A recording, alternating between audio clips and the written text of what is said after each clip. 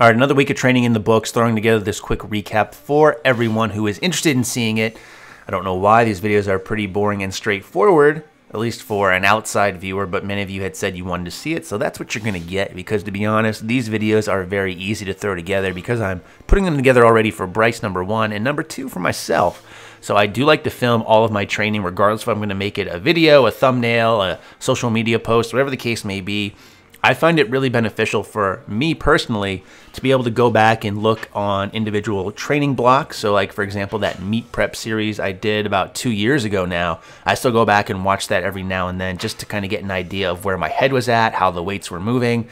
And also they're very reassuring, especially come contest time when you're getting ready to compete and you're starting to feel like crap, because that's the way the training is built to kind of peak, so to say. You have a lot of fatigue built up, and I'm feeling that right now. This was definitely a tough week, so it's nice to go back and look at previous training blocks around this same time and know you felt the same way, but come competition time, you felt a lot better and you're able to hit some big numbers.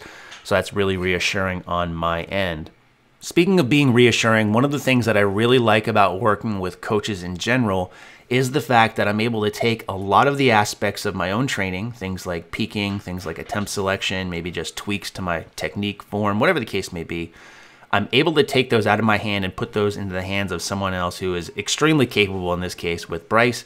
And that's great for me because honestly, lifting has gone so much better the less and less I think about it. And I know that sounds simple and easy to say, but for me, and I'm sure for many of you out there, it's just really easy to get caught up in a lot of these little things, so much so, in fact, where you feel like your training's not going well, you feel like you're not making progress, you feel like you were stronger before, whatever the case may be.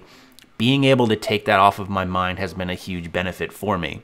Another big benefit has actually been the switch to kilo plates. As interesting as that might sound, a lot of people might think this will throw you off because you don't know how much weight's on the bar, and even though I'm getting pretty good at translating that, that's been one of the biggest benefits. The fact now that I don't even really think how much weight's on the bar, because to me, for example, 117.5 kilos like you're watching right here, like I could do the math in my head if I think about it and kind of get the number in a couple of seconds. It's not like it's a hard math problem, but I don't think about it in pounds anymore, which is something I'm so used to training at. So I'm not really thinking that this is going to be heavy or this is going to be light. It's just a number in my mind and there's no actual feel associated with it. I just go ahead and get my programming in. And again, that's been extremely beneficial for me. So I'm extremely excited and interested to see how this competition is going to go in 2 weeks. Next week, hopefully testing some openers, and the week prior to that, right before the competition, hopefully scale things back, dissipate some of this fatigue. But it's been a very interesting year. I've had about 3 full training cycles, the first of which I was coming back from some very severe knee tendonitis, the second of which was dealing with some very bad AC joint issues. And this third training cycle, this one that you guys are watching right now, is I've kind of been on the mend from that AC joint issue that's been lingering, but otherwise I've been feeling pretty good. And I don't really have high expectations in terms of setting PRs at this meet necessarily. If they're there, I'll definitely take them gladly, trust me. But I just want to go in and put together a good solid meet, feel good about it, and lead into the next training block and kind of really start to focus and kick some ass there. So I'm looking at this more as a tune-up, and I say that not because I don't think I'll be able to perform. I think I'll do all right. I have confidence in myself, especially when it's wearing a singlet. But again, the main goal here is to be healthy and just kind of increase my numbers, and if I'm able to do that, then that'll be a win in my opinion. Which is the only opinion counts, because I'm very selfish and I don't really care what you think anyways. Well, kind of.